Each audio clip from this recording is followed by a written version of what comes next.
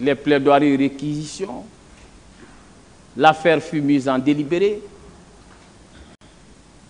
Et contre toute attente, j'ai été appelé à la chancellerie, Monsieur le Président, parce que le mari de notre cliente était un gros bonnet. Il n'était pas n'importe qui. Il avait des rentrées à la présidence. Donc, il influençait. Et on m'appelle à la chancellerie. Et c'était par le secrétaire général. Je vais taire le nom. Peut-être il va se reconnaître à travers ma plaidoirie. Monsieur le Président, il me dit, bon, maître, ce qu'on va faire, acceptez que votre cliente prenne au moins 15 ans de réclusion. J'ai dit, mais sur la base de quoi? J'ai dit, évitez. Ce que vous faites, c'est de l'interférence de l'exécutif dans le judiciaire. Arrêtez ça. Monsieur le Président, j'ai quitté son bureau en claquant la porte. Monsieur le Président, suite à cette interférence, je n'avais plus d'espoir. Mais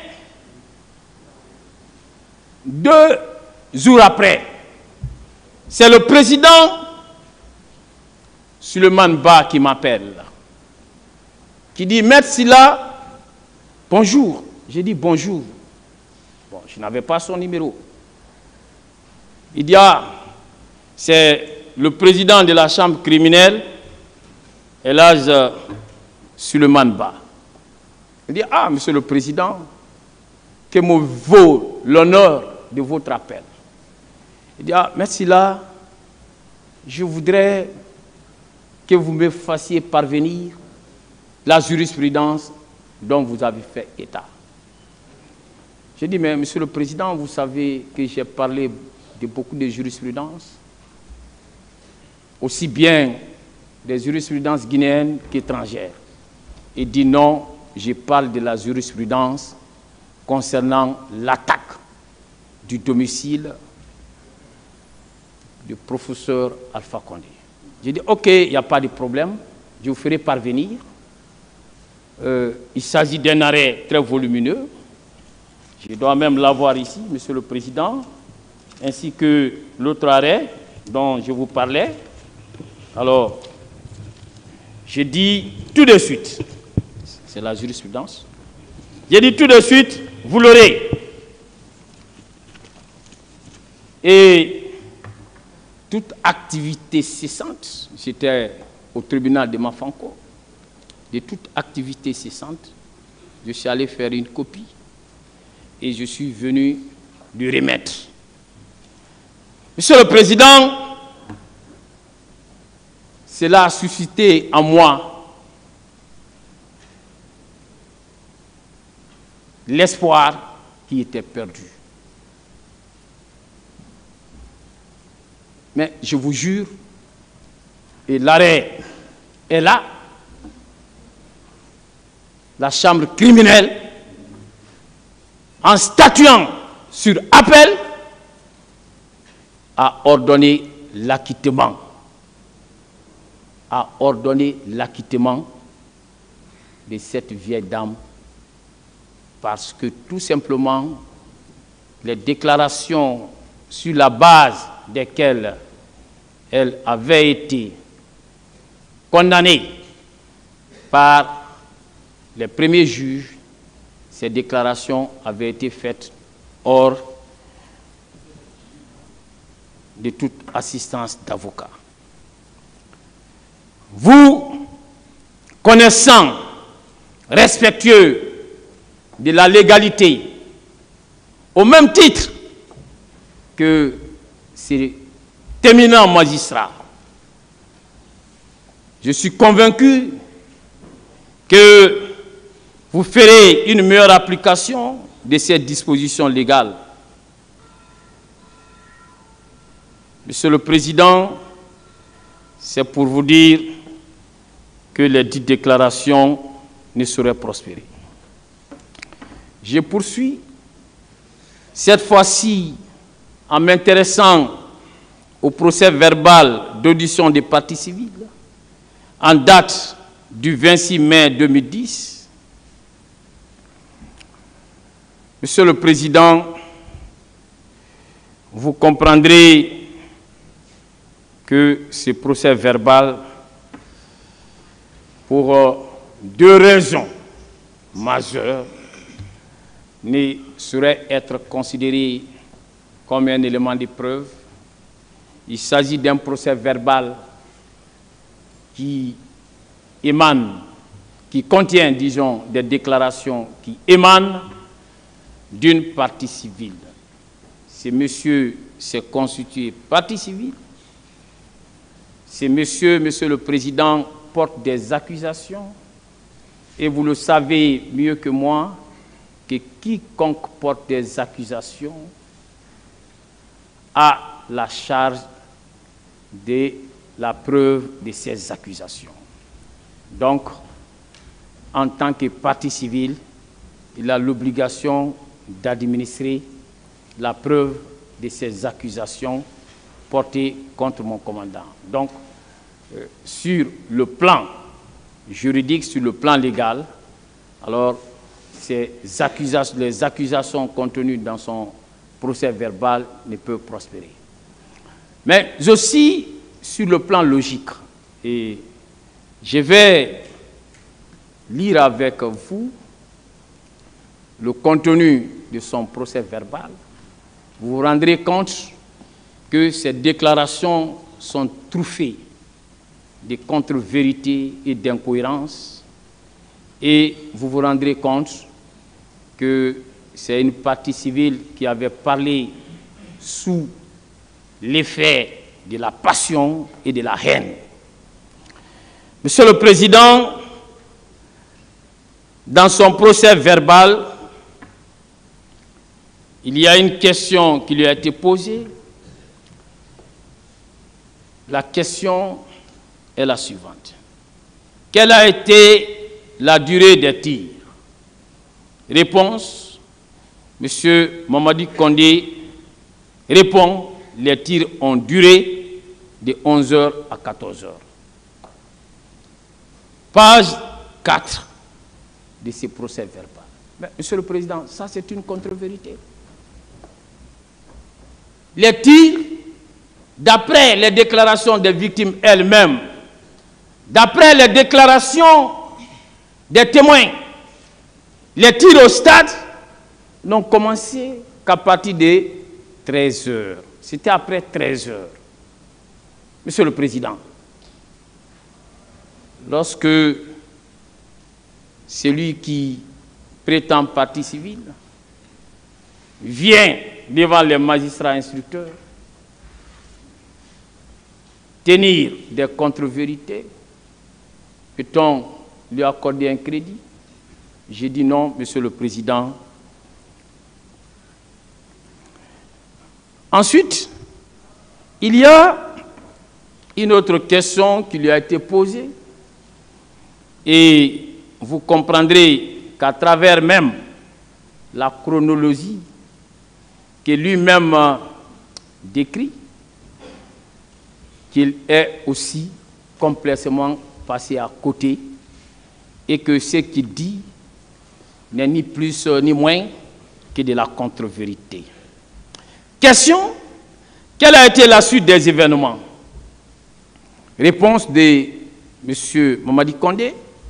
Après 14 heures, le lieutenant René, mon commandant de peloton, est venu à ma recherche. Comme nous avions un compte rendu à faire, nous sommes restés à la terrasse.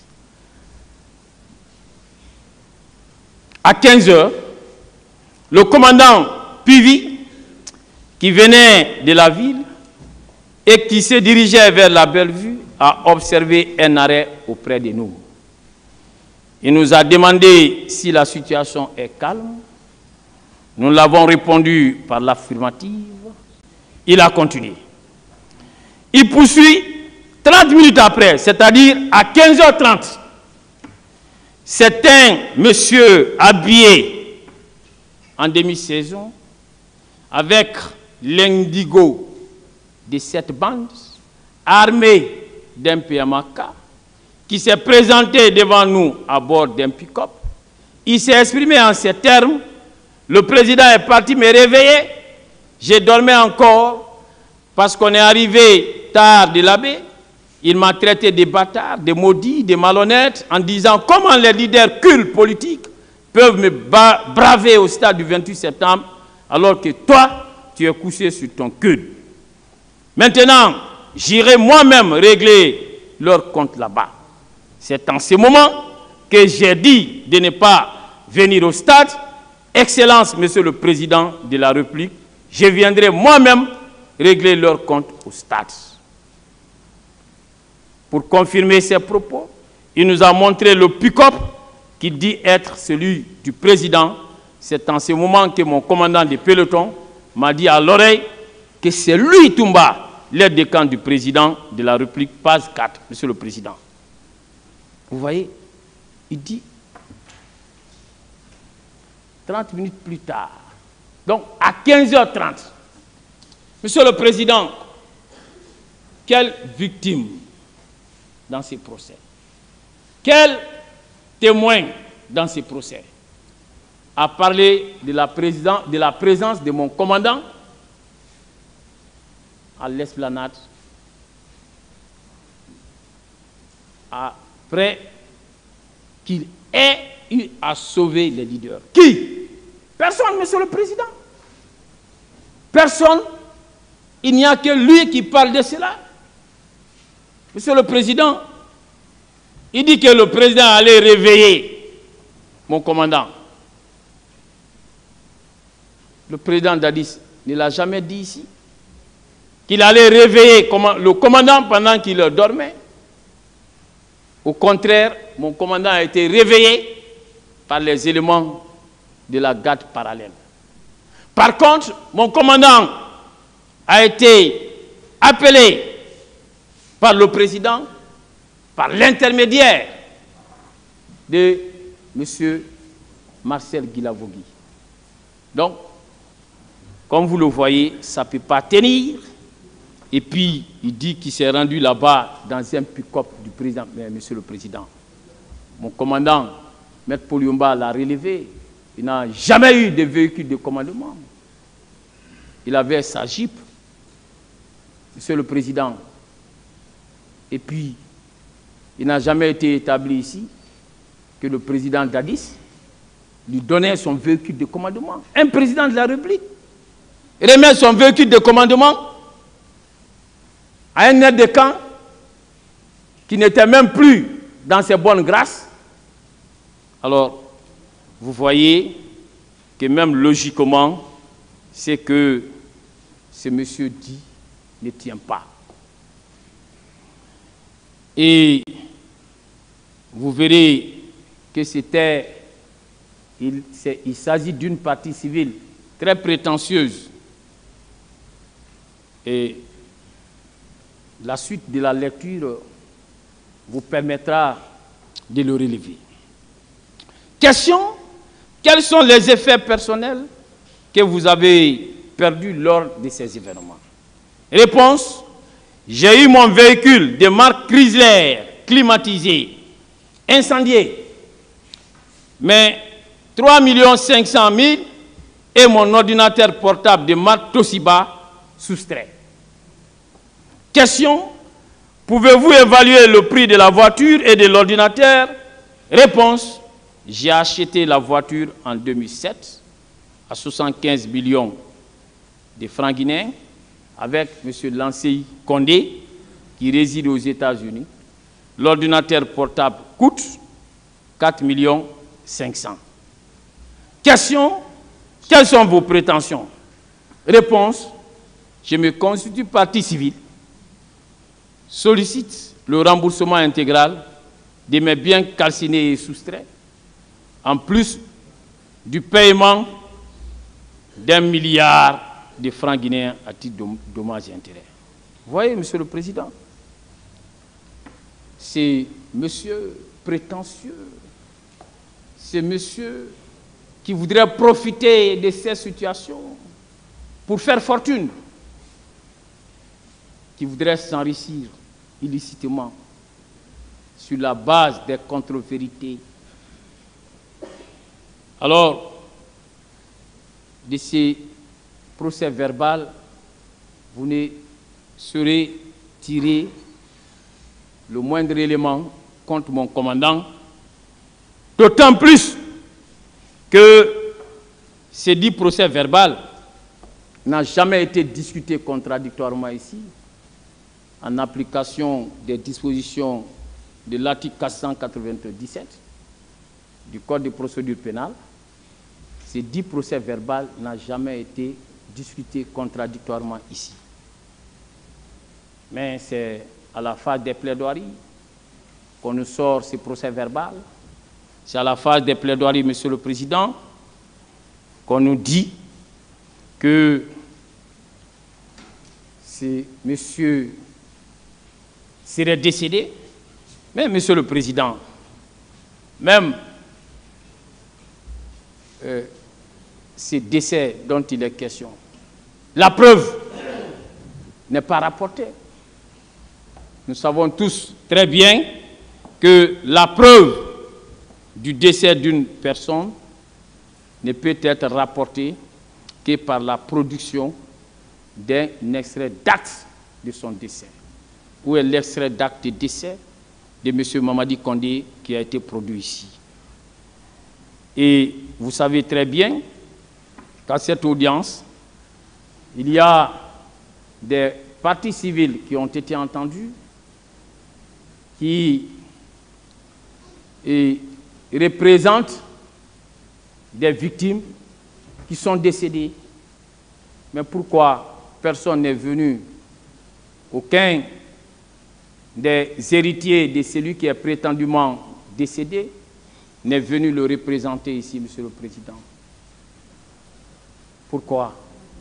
Donc, il s'agit là autant d'éléments qui vous permettra de passer outre ces procès verbaux. Monsieur le Président,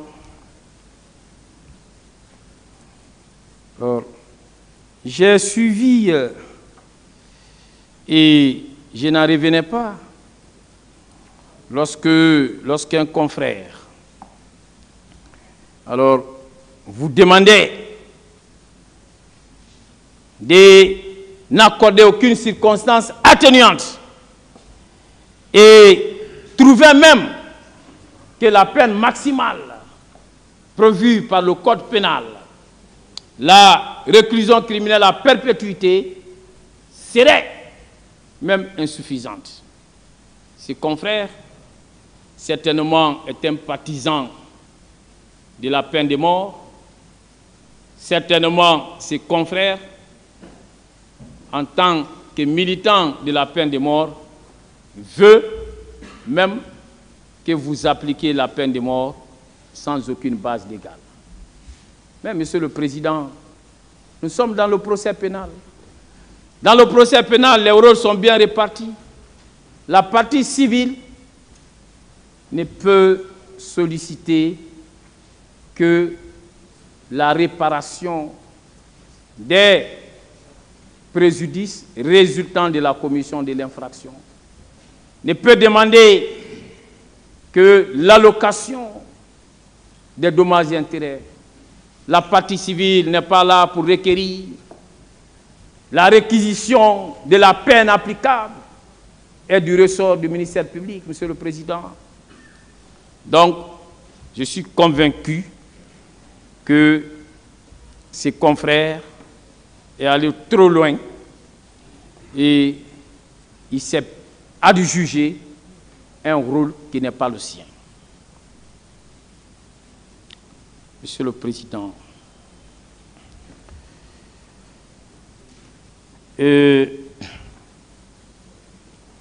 vous comprendrez aussi qu'il y a eu d'autres confrères qui sont intervenus et qui, après s'être servis des déclarations de mon commandant, de son déballage, de sa sincérité, Monsieur le Président, il y a des confrères qui sont allés plus loin en disant qu'il s'agit d'une fausse sincérité, qui sont allés plus loin en disant que mon commandant est intelligent, comme si la sincérité, comme si l'intelligence pouvait servir d'épreuve. Monsieur le Président, il y a quand même dans les rangs de nos confrères des partis civils d'autres qui ont reconnu que mon commandant a fait une contribution remarquable et que si beaucoup de choses ont été sues dans ces procès, que c'est grâce à cette contribution. Il est allé, et là je lui rends hommage, jusqu'à reconnaître que si c'est mon commandant qui était le président de la République, qu'on n'aurait pas connu le 28 septembre. Monsieur le Président, vous voyez que parmi toujours les confrères de la partie, des partis civils, alors il y a un qui a relevé le sens de la compassion que mon commandant a eu ici à l'ouverture de ces procès, disons à l'occasion de la prise de parole ici, quand il était question pour lui de donner sa version des faits.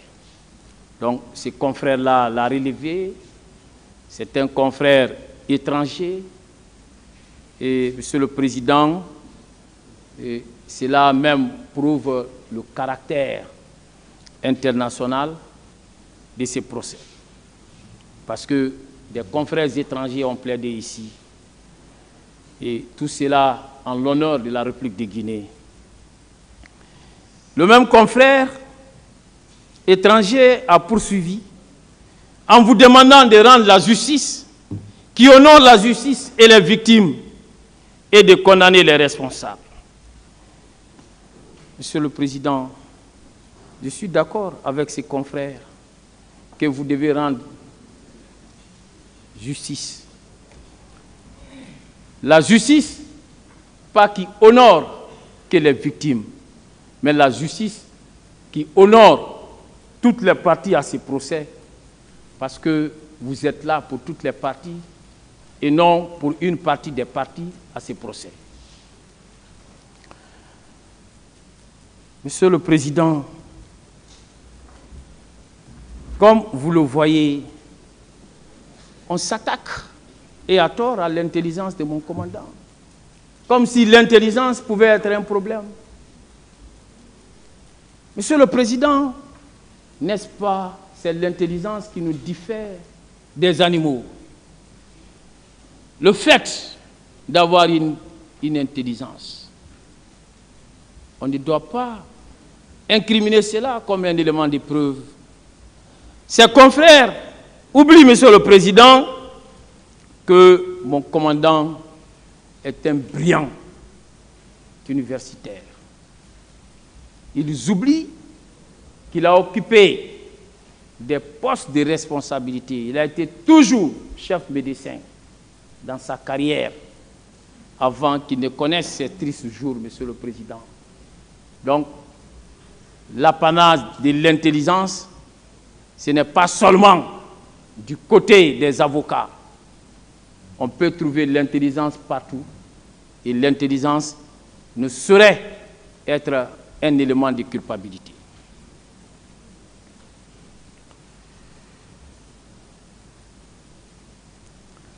Vous voyez les difficultés qui sont celles de nos confrères, des difficultés qui les amènent à s'intéresser à des petits détails, des détails qui n'ont rien à voir avec l'existence des faits, qui n'ont rien à voir, Monsieur le Président, avec l'imputabilité des faits, dont la charge de la preuve leur incombe.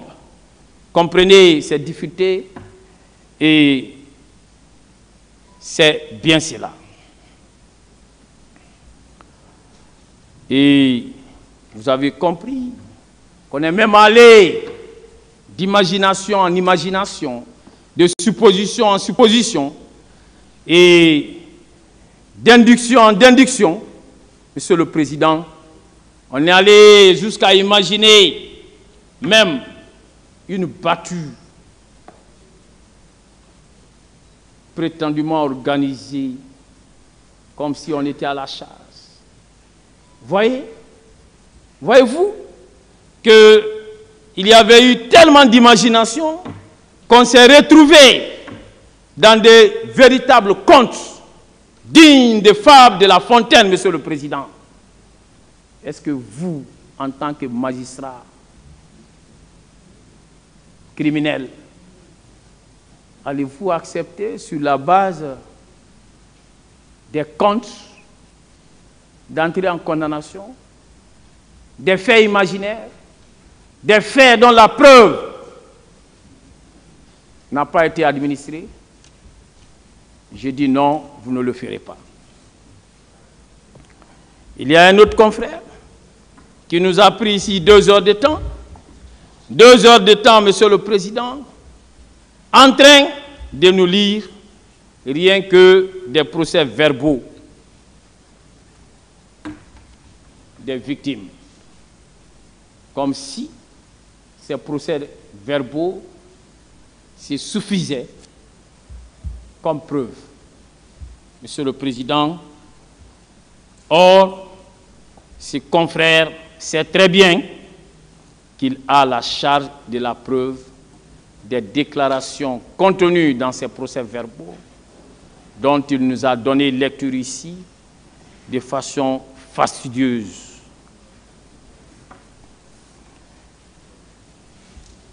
Monsieur le Président, si cela avait un sens, si les déclarations des victimes étaient suffisantes, est-ce que les enquêtes auraient eu un sens? C'est pourquoi, d'abord, vous avez les déclarations des victimes. Quand on est victime, on fait des déclarations. On le fait à chaud. Mais ces déclarations-là doivent être prouvées. C'est pourquoi la procédure pénale comprend 3 phases. La phase des enquêtes, où on vérifie les déclarations de la victime et à la victime d'apporter la preuve de ces déclarations. Et après la phase des enquêtes, vous avez celle de l'instruction. Alors, où il va être encore question d'investigation, mais beaucoup plus approfondie. Toujours à la recherche des preuves. Parce que, comme quelqu'un le disait, le procès pénal est un débat de preuves. Celui qui accuse doit pouvoir rapporter la preuve de son accusation. Et ensuite vient la dernière phase, c'est la phase de l'instruction définitive qui se mène devant vous ici. Et à cette phase, il va être question de discuter des preuves qui ont été rapportées par les poursuivants, le ministère public, le poursuivant principal, la partie civile, Monsieur le Président, qui poursuit aussi, mais à titre accessoire, afin d'obtenir la réparation des préjudices résultant de l'infraction.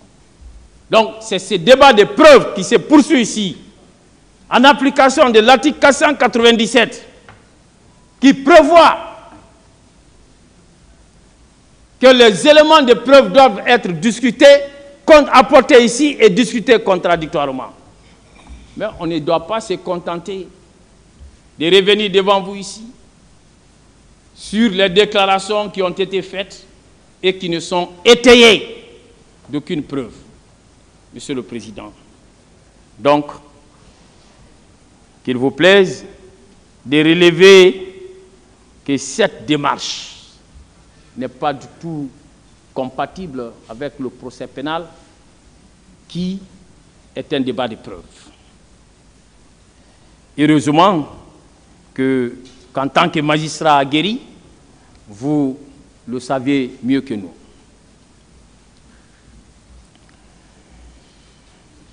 Monsieur le Président, il y a un autre confrère qui a passé tout son temps à construire des hypothèses sur la base de si, du début jusqu'à la fin, contre mon commandant, comme si, en procédant ainsi, cela pouvait être un élément de preuve. Non, Monsieur le Président, on n'est pas là pour vous fatiguer avec des hypothèses. On est là pour pouvoir discuter des éléments de preuve matériels, des éléments de preuve indiscutables, objectifs, constatables. À défaut, Monsieur le Président, vous le savez mieux que nous, vous vous abstiendrez d'entrer en condamnation. Et vous le savez qu'à cette phase, ce qui est exigé, ce sont des certitudes et non des probabilités. Or, les hypothèses sont fondées sur des probabilités, Monsieur le Président. D'ailleurs, à propos, il y a des jurisprudences constantes. Lorsque la culpabilité est probable, parce que les éléments présentés au juge n'entraînent pas une certitude absolue, celui-ci doit considérer qu'il demeure un doute dont le prévenu doit bénéficier. Arrêt de la Chambre criminelle de 1960, publié dans le bulletin criminel numéro 339.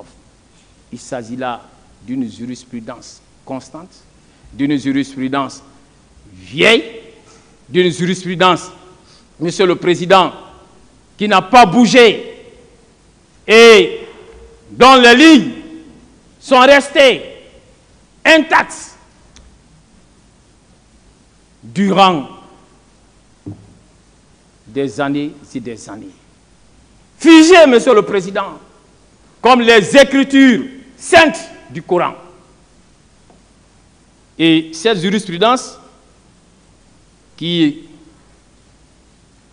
nous enseigne qu'en cas de doute, le doute profite à l'accusé, alors est fondée sur un principe général du droit que nous avons tous appris en deuxième année, droit. En cas de doute, le doute profite à l'accusé. Mais d'ailleurs, Monsieur le Président, en ce qui concerne mon commandant, il n'y a même pas de doute. Il n'y a même pas de doute. Il n'existe aucune preuve de sa culpabilité. Aucune. Il n'existe aucune preuve en ce qui le concerne. À plus forte raison, un quelconque doute.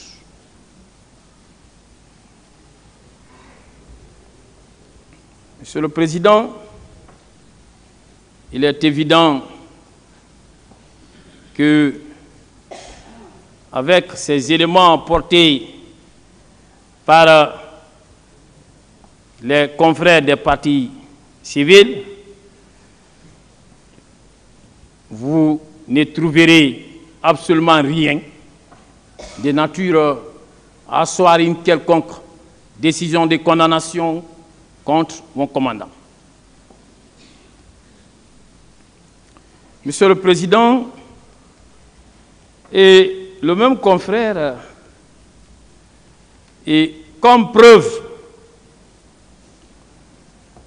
de ce que M. Aboubakar Diakité était un commandant, il dit, ben, pourquoi on l'appelait commandant alors qu'il ne l'était pas, alors que son grade ne lui le permettait pas?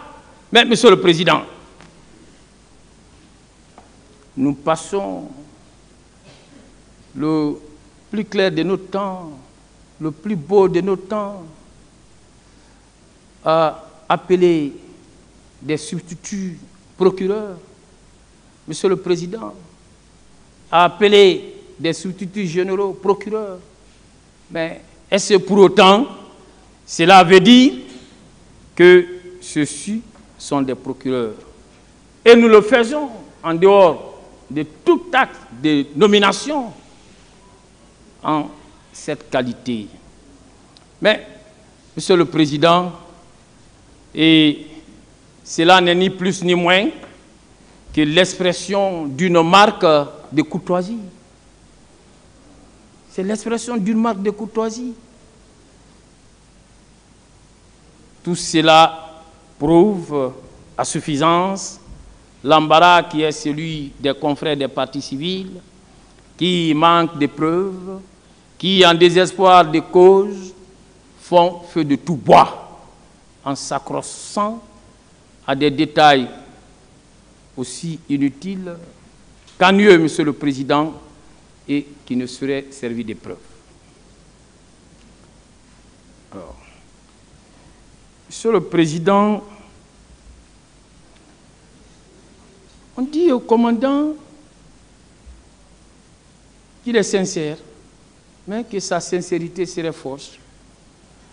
On dit que le commandant, alors, n'est pas allé au bout de sa sincérité. On lui dit qu'il se serait abstenu de dire certaines choses. Mais, Monsieur le Président, en parlant ainsi, est-ce que ses confrères ne nous donnent pas l'impression qu'on peut lire dans la pensée de mon commandant pour savoir ce qu'il n'a pas dit? Est-ce que cela est possible? Est-ce que faut-il sonder les cœurs et les reins pour pouvoir administrer une preuve qui n'existe pas? Monsieur le Président, en parlant ainsi, ses confrères donnent l'impression que nous sommes dans un procès d'intention. Non, nous ne sommes pas dans un procès d'intention. Nous sommes dans le procès pénal, où des preuves précises, où des preuves irréfutables doivent être rapportées. Monsieur le Président, je crois que cette démarche ne peut pas prospérer. Cette démarche ne peut pas prospérer. Vous comprendrez qu'il y a eu tellement de gymnastique intellectuelle et pour pouvoir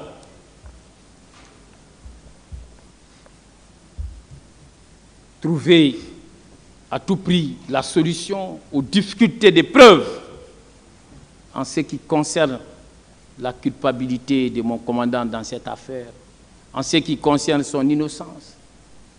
Puisque, Monsieur le Président, les victimes elles-mêmes n'ont rien relevé contre lui. Mais ce sont les avocats des victimes qui ne sont pas en harmonie avec leurs clients, qui à tout prix veulent trouver des éléments contre mon commandant qui n'existent pas. Ses confrères ne sont pas en harmonie, puisque nul ne peut être plus royaliste que le roi. Mais qu'est-ce que j'ai retenu, Monsieur le Président, en écoutant mes confrères des partis civils? J'ai pu relever, et vous avez dû aussi le relever,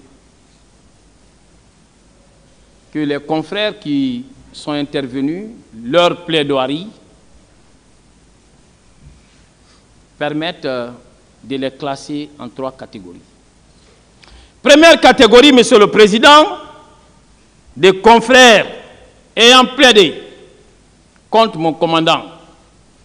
La première catégorie est composée de confrères et de consoeurs qui se sont inutilement acharnés contre mon commandant sans la moindre preuve,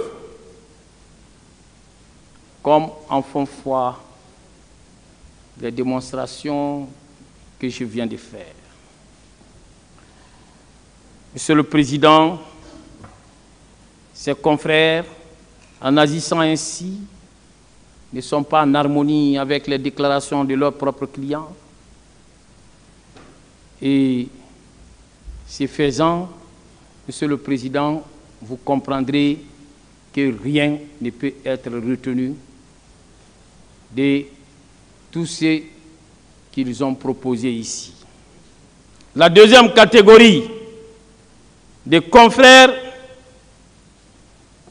ayant plaidé dans les rangs des partis civils, c'est celle qui regroupe des confrères et consoeurs qui se sont carrément, nettement abstenus de plaider contre mon commandant parce qu'ils sont tout simplement convaincus de son innocence en raison de l'absence manifeste, criarde, de tout élément de preuve contre lui. Et vous avez une troisième catégorie de confrères.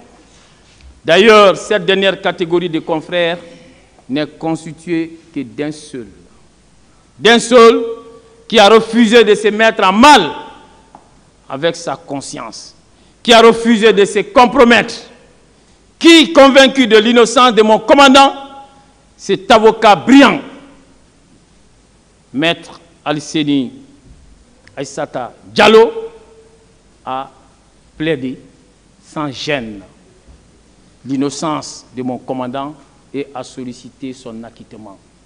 C'est cela aussi un avocat à grand cœur, un avocat qui veut rester en harmonie avec sa conscience. Qu'il en soit vivement remercié.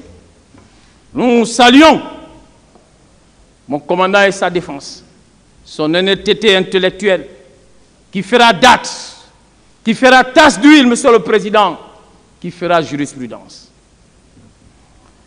Monsieur le Président, honorables assesseurs, à présent, intéressons-nous à ce que le ministère public qualifie d'épreuve. Le premier intervenant au sein du ministère public, Monsieur le Président,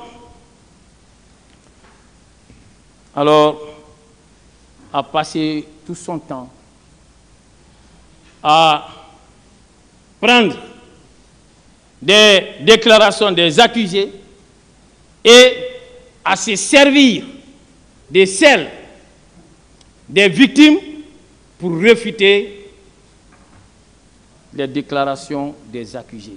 Non, Monsieur le Président, ça ne marche pas comme ça.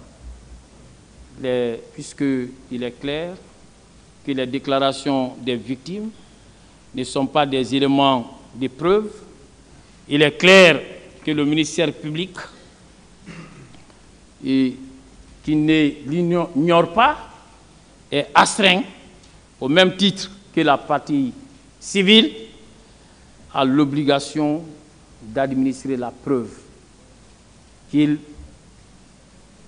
lui incombe la charge de la preuve et que, ce faisant, il ne peut pas s'abriter derrière les déclarations des victimes pour ne pas s'acquitter de celles qui est la sienne.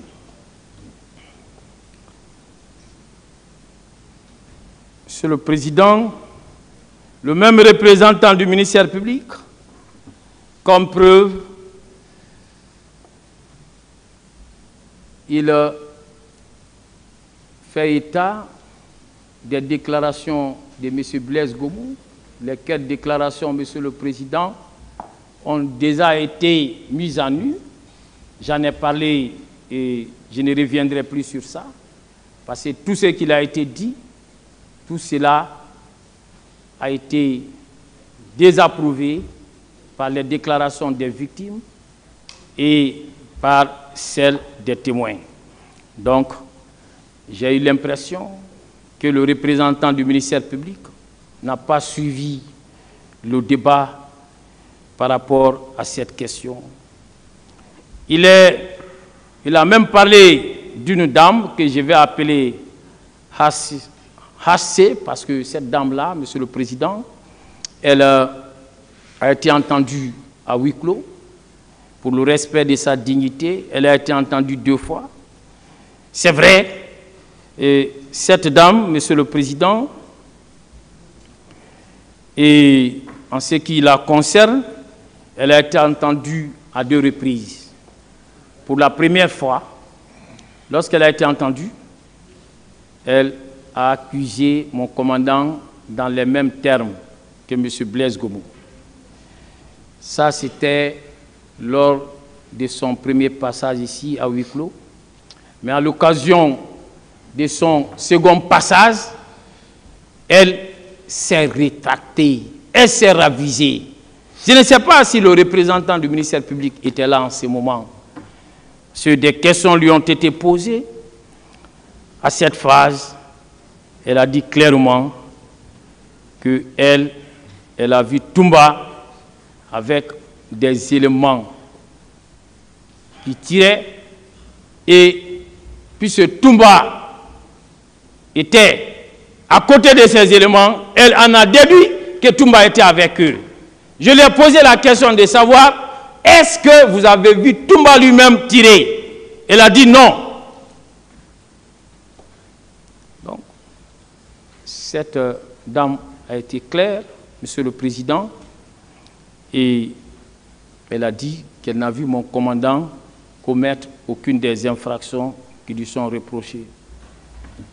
Là, ces jours-là, ces déclarations ne sont pas constitutives des preuves, mais ces jours-là, quand même, cette dame, alors, s'est ravisée et c'était sous votre contrôle. Monsieur le Président, je m'intéresse à présent au deuxième intervenant du ministère public, et selon lequel Toumba alors a déclaré qu'il s'est rendu au stade pour sauver les leaders. Selon lequel, comme preuve, Toumba a proposé au président Dadis la nomination de Bégré au poste de commandant du camp Koundara, alors qu'il savait que Bégré était un cadre subalterne. Le même, dans la même lancée, reproche au commandant qu'il était il soutient qu'il était le commandant de la garde présidentielle et que c'est cette garde qui s'est rendue au stade. Et il dit que mon commandant était obligé de sauver les leaders pour pouvoir sauver leur pouvoir. Il dit que mon commandant n'a entrepris aucune décision et il fait état de la preuve, et de la prétendue preuve et de la qualité de commandant du régiment, du document dont j'ai largement parlé ici hier, Monsieur le Président, et il se fonde sur le procès verbal d'interrogatoire de M. Cissé Raphaël. Monsieur le Président, parlons de ce que ce deuxième représentant du ministère public a proposé. Je commence par relever que mon commandant Toumba n'a jamais soutenu ici, qu'il s'est rendu au stade. C'était dans le but de sauver les leaders. Plutôt, il a déclaré qu'il s'y était rendu à la recherche du président Dadis, et qui sortait souvent à son insu. Et il a établi, comme le commandant du salon l'a confirmé ici, que cela s'est passé et il était obligé de rattraper le cortège présidentiel. Monsieur le Président, le fait de proposer une personne pour qu'elle puisse être nommée à un poste de responsabilité, en quoi cela pourrait être considéré comme une preuve? Est-ce que l'autorité de nomination était-elle obligée? Et puis, c'était à un moment, Monsieur le Président, où personne ne pouvait deviner la survenance de ces événements malheureux. Donc, voilà encore des petits détails que le ministère public invoque comme preuve, mais très malheureusement, ces petits détails ne peuvent retenir votre attention. Par rapport à la question des commandants de la garde présidentielle, et hier j'en ai parlé suffisamment, Monsieur le Président Dadis lui-même a dit ici, il a précisé qu'il n'a jamais nommé des commandants pour occuper la garde présidentielle. Il a été très clair. Alors, comment peut-on, dans ces conditions, insister sur l'existence du commandant d'une structure qui n'a jamais existé, selon le président lui-même? Ah, Monsieur le Président, quand on est en difficulté de preuves, on pense, et à tort, que tout est permis. Non, Monsieur le Président, Monsieur le procureur, tout n'est pas permis. Pourquoi vous vous infligez autant de souffrances plutôt que de requérir tout simplement l'acquittement de mon commandant, contre lequel vous ne disposez d'aucune preuve de culpabilité? Ça aurait été plus facile pour vous. Contrairement aux allégations de ces représentants du ministère public, M. Diakité, hier, j'en ai parlé, n'avait aucun intérêt à protéger ses pouvoirs, qu'il avait déjà discriminés, qu'il avait déjà rejetés, qu'il avait déjà ségrégués, qu'il cherchait à l'éliminer à tout prix, qu'il le trouvait encombrant. Quel intérêt avait-il à protéger un tel pouvoir? Aucun. Monsieur le Président, pour ce qui est de l'acte produit par le président Dadis et sa défense, j'en ai déjà suffisamment parlé. Je ne reviendrai plus sur ça pour ne pas abuser de votre temps inutilement. Et les déclarations contenues dans le procès verbal d'interrogatoire de M. Cissé Raphaël. Monsieur le Président, M. Cissé Raphaël, il a parlé ici, il n'a pas reconnu cette déclaration. Et il s'agit des déclarations qu'il avait faites en dehors de toute assistance d'avocat. Et lui-même, il n'a pas reconnu ce que le ministère public lui reproche, ça a été fait sans qu'il n'ait bénéficié de l'assistance d'un interprète. Or, l'article 1257 de notre code de procédure pénale exige que toute personne privée de sa liberté, qui doit être entendue, doit l'être dans une langue qu'elle comprend. Et un document, d'ailleurs, à cet effet, doit lui être remis. Monsieur le Président, Monsieur C.C. Raphaël a été très clair ici. Je crois que le ministère public fait aussi feu de tout bois, comme les confrères des partis civils. Je termine avec le dernier intervenant du ministère public, Monsieur le Président, qui a déclaré que M. Aboubakar Diakité Ditumba, par ses fonctions, qu'il avait toujours des hommes sous sa garde. Monsieur le Président, et Toumba n'était qu'un simple chef de service. Toumba n'était qu'un aide de camp. Le ministère public est à même, et nous le mettons au défi, d'en administrer la preuve que mon commandant s'est rendu au stade avec une troupe. Que mon commandant commandait une troupe. Il n'y a aucune preuve, Monsieur le Président. En tout cas, hier, à travers la lecture des déclarations des victimes, à travers la lecture des dépositions des témoins, il n'y a aucune preuve. Je voudrais que le ministère public soit à même de confondre mon commandant à travers la production d'un élément attestant qu'effectivement, il s'est rendu au stade avec une troupe qui était sous son contrôle. À défaut, Monsieur le Président, je suis convaincu que vous ne suivrez pas le ministère public. Et on vous dit que les tirs ont commencé lorsque mon commandant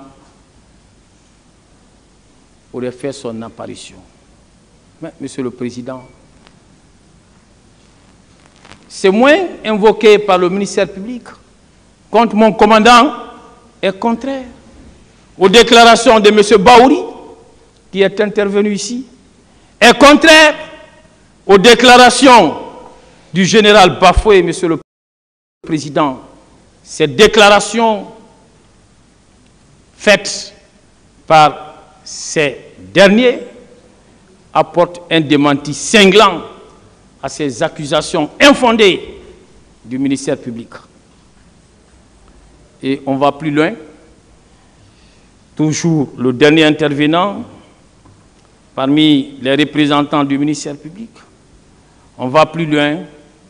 On reproche au commandant, on lui fait grief et de n'avoir pas empêché les exactions en cours ou en limiter les effets. Mais, Monsieur le Président, hier, je vous ai donné lecture des déclarations faites par le chef d'état-major général des forces armées du moment.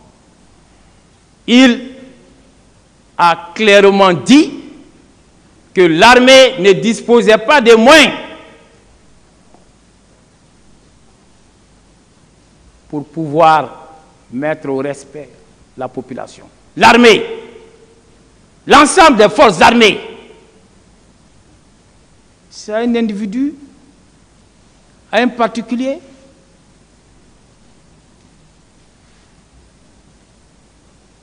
que vous allez considérer responsable pour n'avoir rien fait, ou toutes nos forces armées n'ont pas pu faire quelque chose.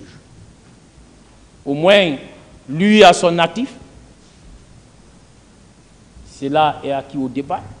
Il est parvenu à sauver 4 leaders.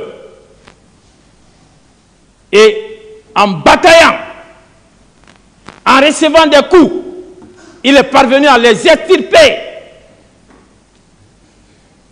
entre les mains de leurs agresseurs. Lui, il l'a fait. Vous savez, on ne peut pas demander quand même l'impossible. En droit, nous apprenons tous qu'à l'impossible, nul n'est tenu. On ne peut pas exiger de lui l'impossible. Non, Monsieur le Président. Le ministère public, nous comprenons ses difficultés, mais ainsi c'est le cas, puisque vous n'êtes pas tenu que de requérir la condamnation, vous pouvez aussi requérir l'acquittement. Alors, je pense qu'il est temps de requérir l'acquittement de mon commandant parce que vous ne disposez d'aucun élément de preuve à son encontre. Le même va plus loin et dit ceci. En sa qualité de cadre supérieur, il pouvait faire cesser les actions qui étaient en cours.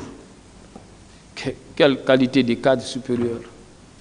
Il n'était pas un supérieur hiérarchique, Monsieur le Président. Il n'était qu'un simple aide de camp. Monsieur le Président, ça aussi, ça ne peut pas prospérer. Et vous savez, et nous y reviendrons d'ailleurs, lorsque quelqu'un est poursuivi pour non-assistance à personne en danger, comme c'est le cas, le secours n'est dû que lorsque celui qui est tenu n'est pas en danger. Mais lorsque celui qui est tenu au secours, Monsieur le Président, encourt lui-même un danger, cela constitue pour lui un fait justificatif qui résulte même des dispositions du Code pénal, des dispositions qui prévoient les éléments constitutifs de cette infraction. Monsieur le Président, j'ai fini ainsi avec le ministère public et je vais relever que le chef d'état-major général des forces armées avait installé un comité de crise. Hier, je vous en ai donné la preuve. Un comité de crise qui a siégé, qui réunissait tous les chefs d'état-major particuliers, en plus du directeur national de la police, qui a siégé pendant toute la journée du 28 septembre, entre 10h et 11h. Monsieur le Président, l'armée était au courant de ce qui s'est passé. Et l'armée a